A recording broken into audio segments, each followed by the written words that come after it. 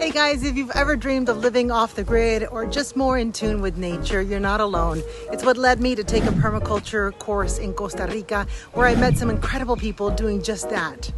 Check out this guy. Isn't he beautiful?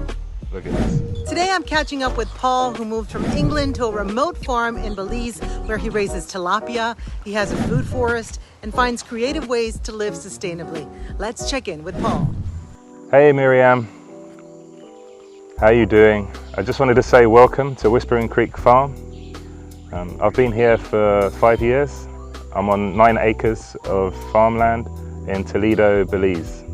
We're in the south of Belize and you'd consider it zone 12. It's tropical, it's hot and humid, and we have rains from June to November. It's dry right now. We're just coming out at the end of the dry season. Hopefully it's going to rain in a couple of weeks. We all hope. So things like look a little bit yellow, like they need some water right now. But for the most part, everything's great on the farm. So welcome. Please enter. I'll show you around the farm. Well, here's some mangoes. This is a Keats mango tree. I think it's from Florida. It did well last year. Every couple of years it does well, and then like this year it's just going to be a few mangoes, but we're going to appreciate them even more, right? So I'll show you a quick bit of our house. I designed the house and I had it built with me and one guy. The guy is really good at building houses, doesn't speak too much English, so we have some comedy moments, some bad translations. But the wood, I get the wood locally. This is a cabbage bark from a local mill. I put burnt oil on it to try and keep the bugs out. But sometimes you do have things that are in the ground, like the termites that are trying to eat the wood, and you do have to put something on them to stop them from doing that. It's all local wood. There's an emery up in the top. These boards are emery, like one of the cheaper local woods. It's quite soft, but if you keep it out of the rain, it lasts quite well. In the rainy season, the creek comes halfway up here, and when we get some floods, it comes all the way up here. A little scary sometimes. I have a little outdoor shower. I love my little house by the creek, in the middle of nowhere. I have like a couple of solar panels on the roof, but it's nowhere near enough to meet all of my energy needs. So I do also run power from the house that was here when I bought the farm. It has power going into the house, so I just extended it to this house. I try to use as little power as I can. I harvest water, and I use this water for most things. Even use it for the washing machine. It's nice and soft. We're growing some bananas along here, and it's hit or miss. It's hit or miss because we have all these cahoons that were here first along the creek.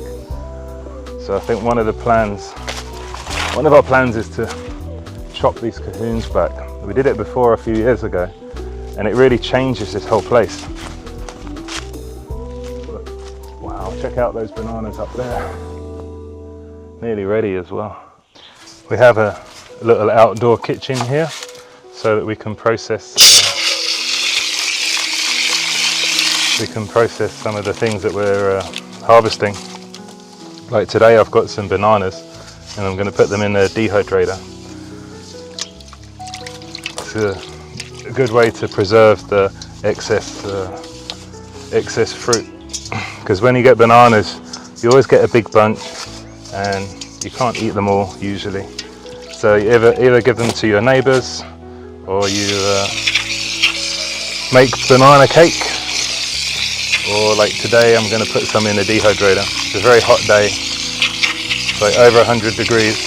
So you want to use slightly ripe bananas for this. And with the peels, I can put the peels in with the black soldier flies. I've had the dehydrator for 5 years, and I only really used it to dehydrate breadfruit back in the beginning, and I had good success with that. I made some breadfruit flour. I have a little mill that can process that. It was a lot of work, I'm not going to lie. So we have all this trash from the peeling the bananas. Nothing goes to waste here on the farm, especially organic material, because then we're going to get that and we're going to put it in our black soldier fly bin. Look at all the protein being made in this bin. I'm going to scoop that up for the fish later. Okay, so opening up the dehydrator. I've got like a whole tray of bananas. I'm going to spread them out on the net. You want them to be a kind of a equal thickness when you cut them, so they dry evenly. You have to turn them a couple of times as well. And there you have the amount in a dehydrator. So in a couple of days, after turning 1 or 2 times, we're going to have some nice tasty snacks to put in the fridge. The dehydrator is about 10 years old. It was designed locally. It's fabricated metal and wood. It's all painted black inside to get the temperatures up as much as possible. It has these holes for ventilation. 1 row on the top, 1 row on the bottom. The only other thing is that it has this heavy duty plastic, which is like a kitchen plastic that you'd put on a table, and that degrades with the sunlight, so that only lasts for 1 season. So you have to, once you put it on, you have to get using it. So like you guys in Florida, we have lots of beautiful fruit trees and timber trees and plants. Check out this pitaya. It's just going to give a flower here. Dragon fruit. We've got a few soursop here. They're just finishing up. We only had a few fruits from these ones, but I wanted to show you these fruits that we have. I'm going to pick one right now. Yeah, check this one out. This one's good. Look at this. Look at this beauty. They do grow a bit bigger than this sometimes, but it all depends on the weather, how much rain we're getting. We're not getting any rain for the last month, so this is as big as this is going to get. I'd like you to come here and see the food forest. We planted an acre food forest when we first came here. So all this is about 4 or 5 years old. We ploughed a whole acre and we planted a banana, we planted a guanacaste tree. Look at how beautiful the patterns are and the leaves from this guanacaste. It's a very well respected tree in Belize. This big upper canopy tree. We'll take over this whole area eventually. But we think it's very beautiful. There's a lot of hidden costs in this farming.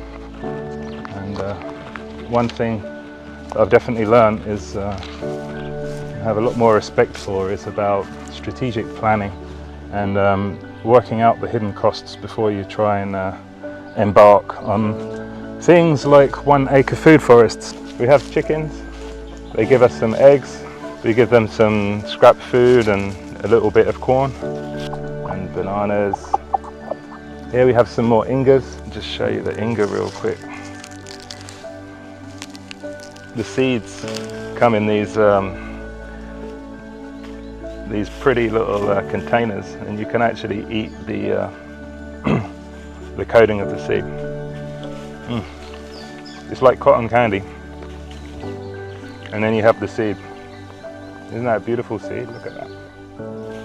Each pod contains like 20-30 seeds, so you can get full eating this candy. And they also call it monkey tail because it looks like a monkey tail in the tree. It's a very important tree, Inga. We've planted a lot of it. You can prune it, and it's nitrogen fixing. So you can do Inga alley cropping where you have rows of them, and you prune them, and then you plant in between them. And after you prune them, all the nitrogen's released into the soil, so your first bit of the crop gets a good boost. It'll be similar to how people burn the soil to get that first big boost when they're planting their corn. Here we have some peanut grass, some wild peanut grass. This is another important nitrogen fixing that climbs all over the place. It likes a little bit of water, so we have it in the drains. I've mulched this area heavily. We're like intercropping pineapple and cocoa, and here we've got some tomatoes. This is like an experiment that we're doing here by putting in the tomatoes. We're trying to see is there a way of growing different foods together, like in a multi-story agroforestry. Yeah, check out these tomatoes. This is really great. Look at that juicy thing. Look. Yeah. This is good. You want one? Yeah. All right. The bananas produce quite well here. They get a lot of fish poop from the ponds. So periodically we clean out these ponds, and when we throw up the poop from the bottom of the ponds, it throws up around here, and then it gives a lot of energy for these crops here. Like, I mean, check out how many bananas are on that bunch up there. Check out the duck pond. We call this the duck run. When we first had ducks, the ducks would take off from it and they'd land here. So it would be like a little runway. It was really cool actually. We clip the wings now because we don't like them to leave the farm and get in trouble with other people's farms here. But they're quite happy and healthy. Muscovy ducks. And we have some rabbits.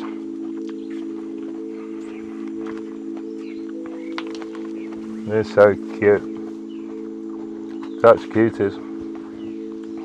And their poop, we collect it and then we compost that. And we're trying to collect their pee as well, like separately. The pee is supposed to be the most amazing fertilizer for plants. So that's a little system that we're starting to run. And another little system we have for creating fertilizer.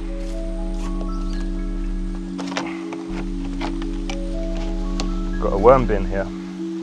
I mean a black soldier fly larvae bin.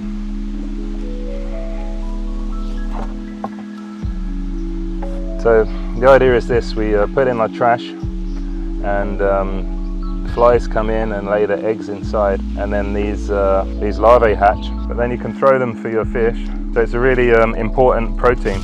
What we're trying to do with the fish is feed them the protein from the larvae and the plants, not so much commercial feed.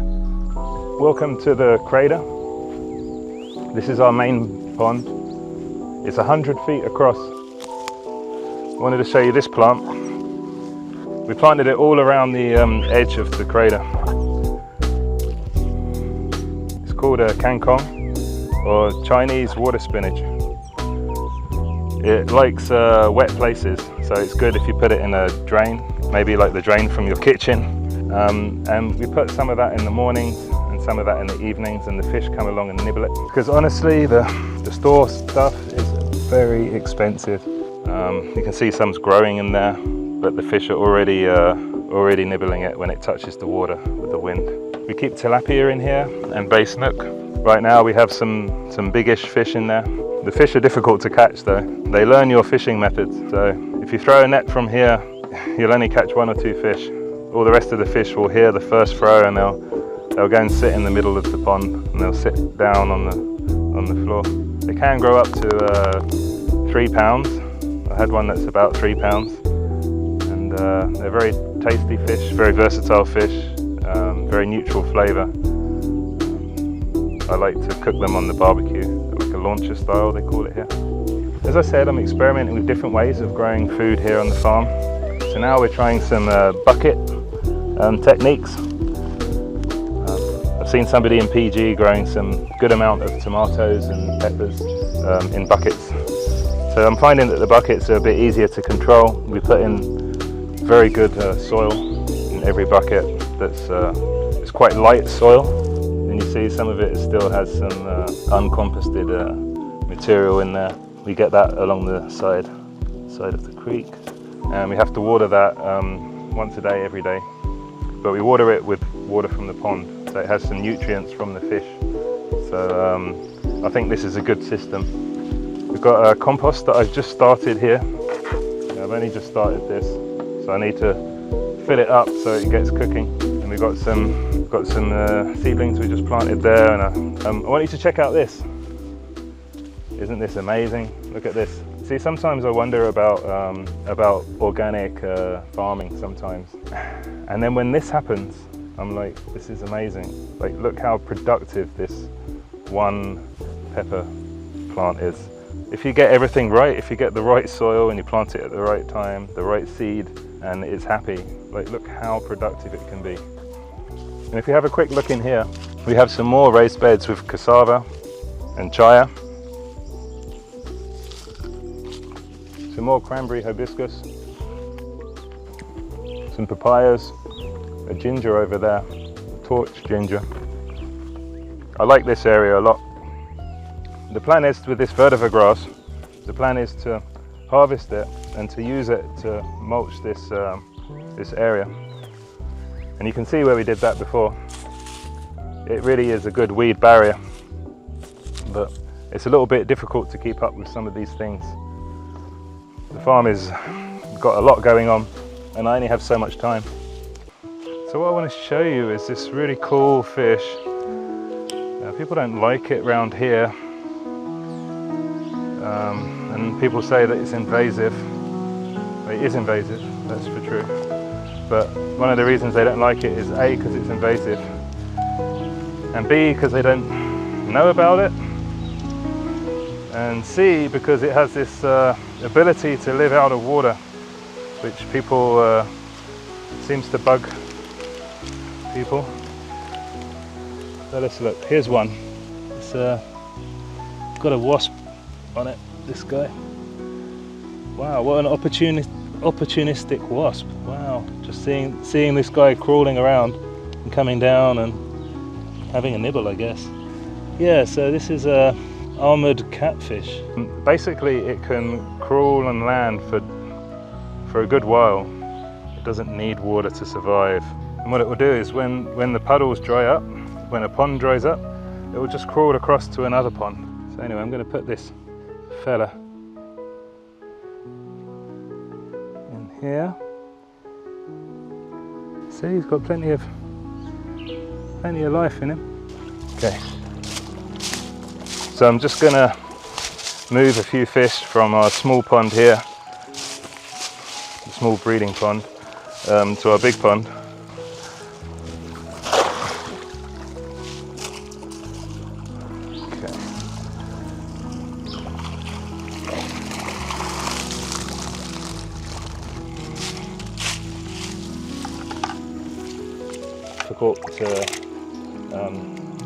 Excellent.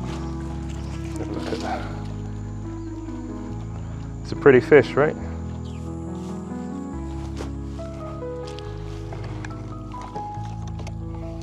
Right.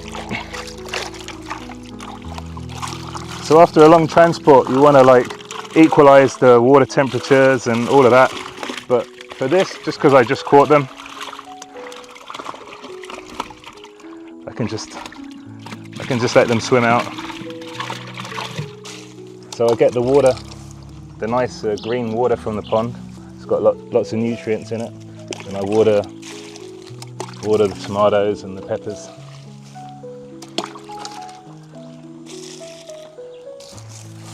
I also have this stuff. It's nice fertilizer from the black soldier fly larvae bin. So I'm going to use some of this, but use this with caution, right? You need to dilute this. I'm going to get that on some of the trees that we have out in the food forest as well. I do want to make a system where I feed. I do want to make a system where I water all these plants with the pond water automatically on a timer, you know, like a little irrigation system. But the trouble is, because this water has so much sediment in it, I find that it just it plugs up the pumps. So anytime we try and use a pump, so it's like it's difficult. The thing that makes it good is the thing that makes it fail at the same time. So it's a work in progress. This is Rami. It's really tough. You can make like rope out of it when it gets a bit more mature, and it's a good feed for many different animals here. Okay, so I've shown you my farm.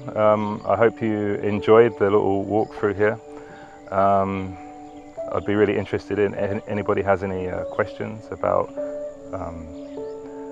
the challenges that I've faced here and how I've overcome them, or what I still need to work on.